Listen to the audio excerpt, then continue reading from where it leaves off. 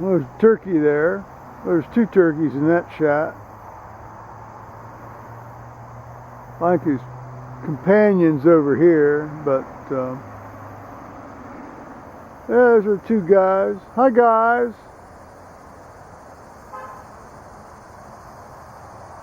You get filled up with bugs. They were wandering around, about half hour ago, farther up toward the road. They're sort of south of the tree line, and they're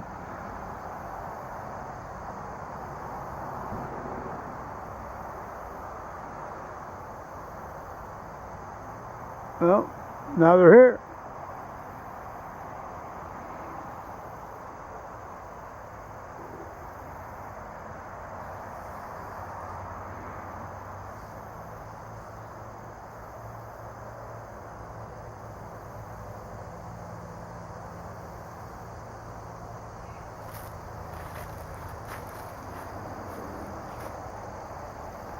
Something sure smells good. Smells like somebody's cooking out. Well, they're going back into the, I don't know. They're into the pine trees now.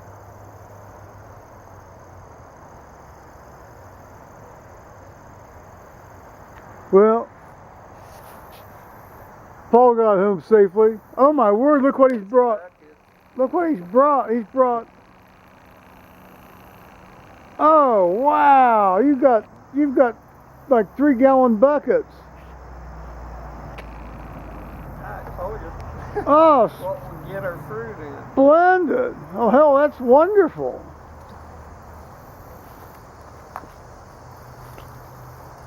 Yeah, be careful, don't step on the ball bearings.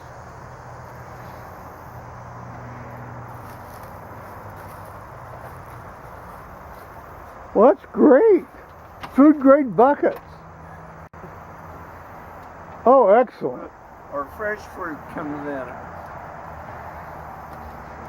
Yeah. Through 2 of them today. Well, we'll be able to use those. Oh, great. Even brighten the lids. Oh, excellent. Well, I hope so. Yeah. Well, we're back here, YouTube, here at 4:45 Eastern Daylight Time in the afternoon, and Paul's home, and he's told me some stuff about his work, and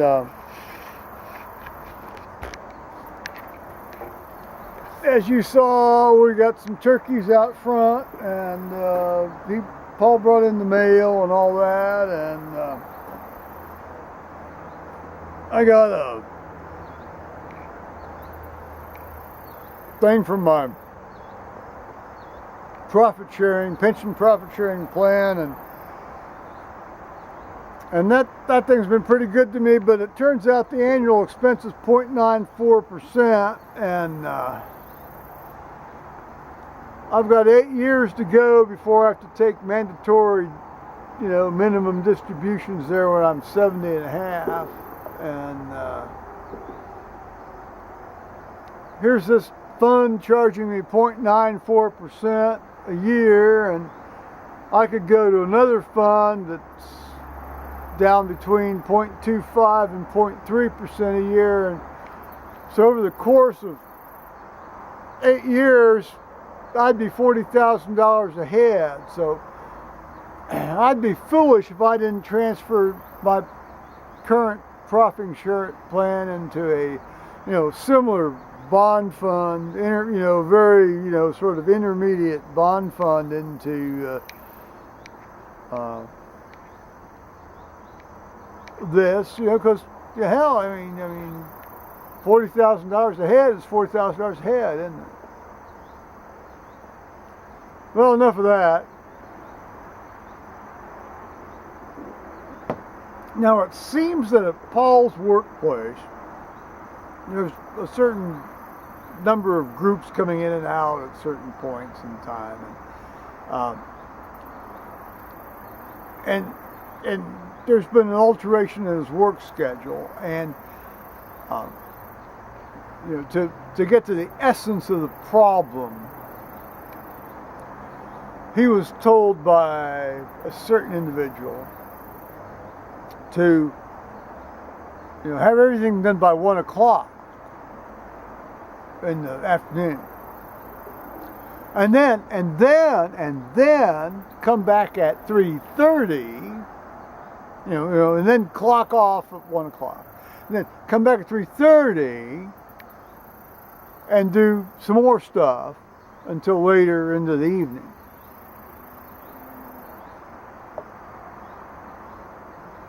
Now, I have to say that in the 3.5 years Paul's worked for this outfit, this is the first time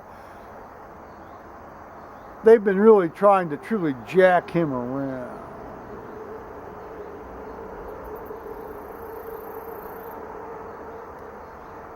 And I was suggesting to him ways that perhaps he might, you know, casually bring it up in conversation with some people that are over this individual's head that has told him this schedule change.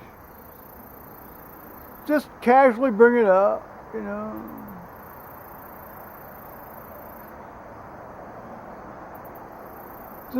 Just to let him know what's going on with this other individual's behavior.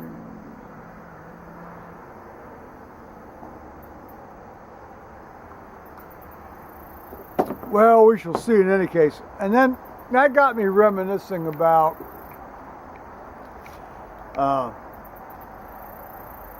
my 15 months in Fort Wayne, Indiana. Now, in retrospect, I like Fort Wayne, Indiana, qua Fort Wayne, Indiana, but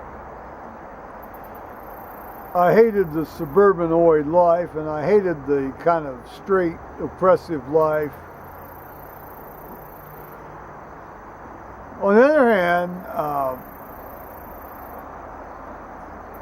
at the time I made a very adequate living. I certainly was working at a very good hospital, actually primarily at a very good hospital.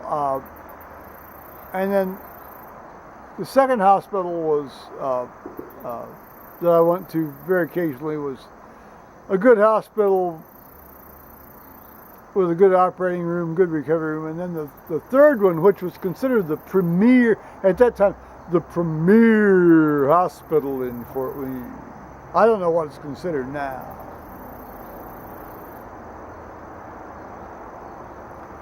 But it was on the southwest side of town, for those of you who know Fort Wayne, Indiana.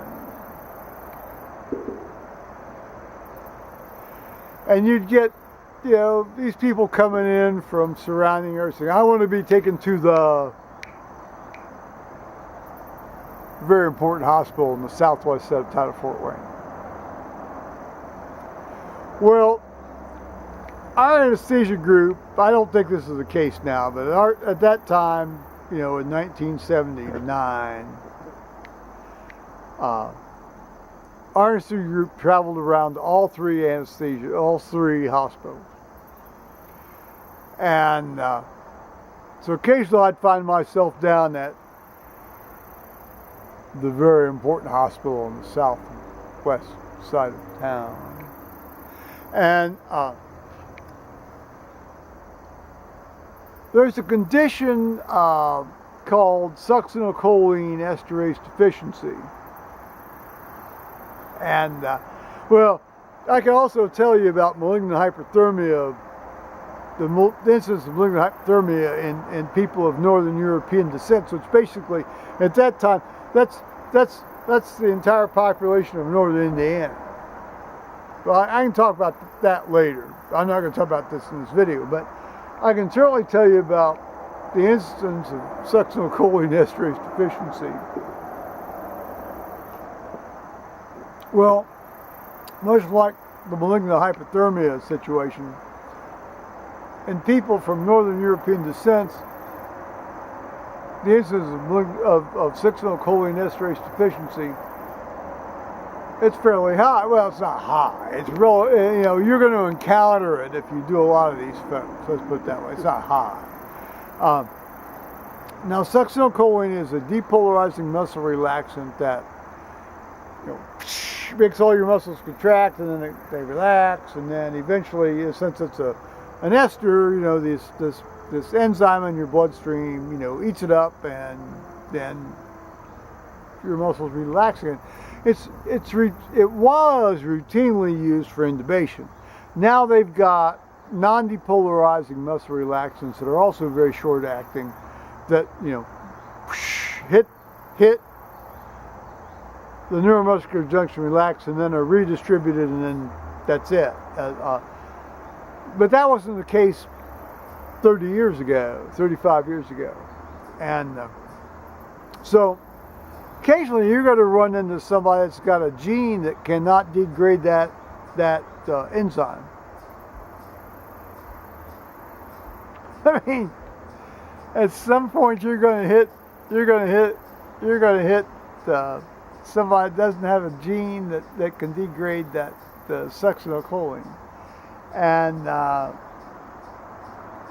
you know, succinylcholine-esterase deficient. You know, so you know, when they don't have that gene for that enzyme, they don't have the enzyme, and so the succinylcholine just hangs around. Now, most people aren't completely genetically deficient in that, even if they are less than, even you know, so you either have the two genes, so you're fully able to break it down, or you have the one gene. Okay, that's far more common, and you break it down, and it's a lot slower. So maybe it's 25%. You know, so instead of maybe 15 minutes, it takes maybe a half hour, okay, to break it down. And but then you occasionally run into the people that have neither of the two genes, you know, given parental descent, and because it does follow Mendelian genetics, and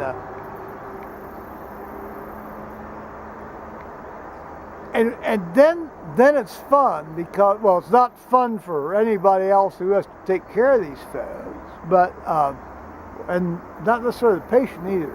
And so if you give succinylcholine to one of these folks, and there's no way to know, and you know, I doubt very seriously that comes up anymore. I doubt very seriously they use succinylcholine anymore. But be that as it may, we were doing it then, and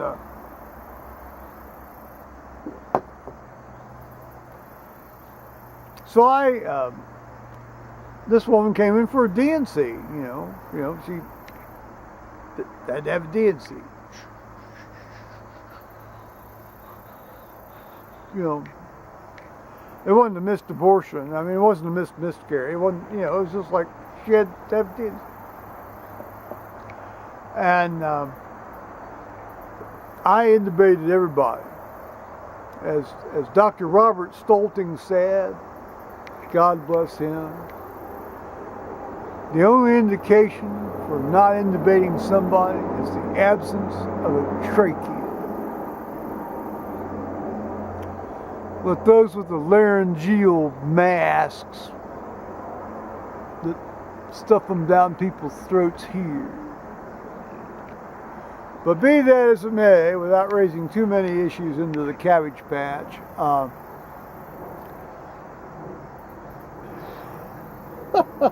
so anyway, I'm at the, hell, I'll tell you the name of it. I'm at the Lutheran, the Lutheran,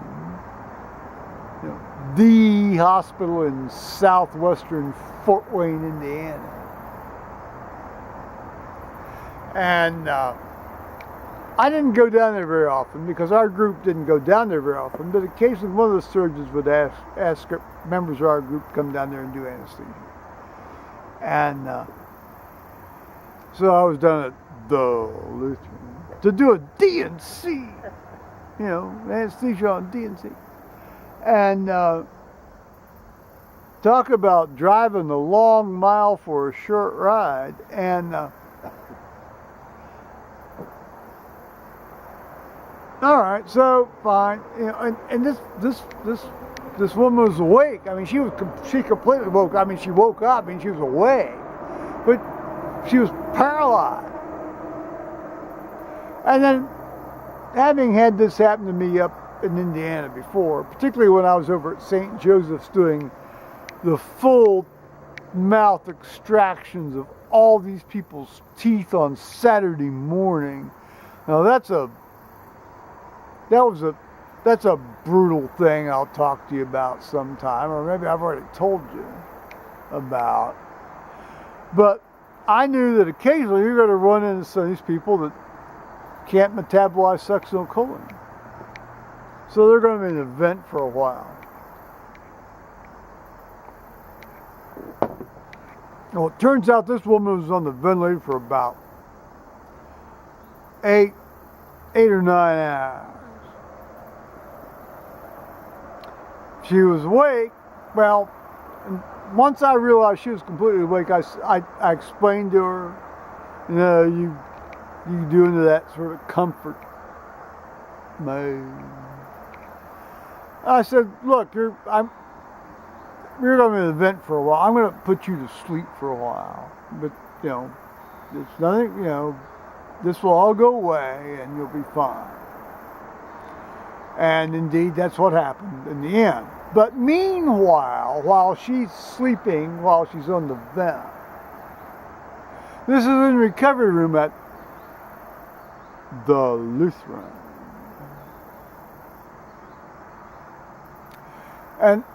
And some nursing supervisor, or even higher administrator, came and had a word with me, and the word involved finances. You know, how am I going to bill for all this overtime? No, I said, I don't know how you're going to bill for all that overtime. I said, I'm not billing this woman for my time. You know, how are you billing it? So, but I'm taking care of my patient. How you bill for your overtime is not my problem. And yeah, and it's very interesting. So to get back to the intro to what happened to Paul, is clearly they're splitting him into two different sort of like quasi shifts without calling it a shift to keep him off the overtime bugs. Because there's a big deal about the outfit that owns them is they have a hard on about overtime pay. Still, you ask a man to hang around without pay and then come back, I don't think that's right. I think that's jacking him around. See, I didn't feel like I was being jacked around because I knew this was going to happen from time to time, and I'd take care of my patient. But that's not the same ethos here, is it?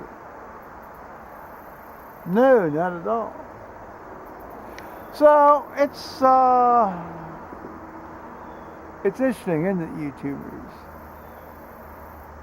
Well, God bless y'all.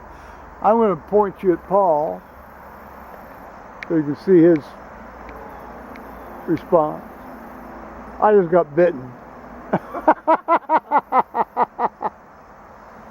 Anything to say, Paul? Have a good night, guys. Bye-bye, YouTubers.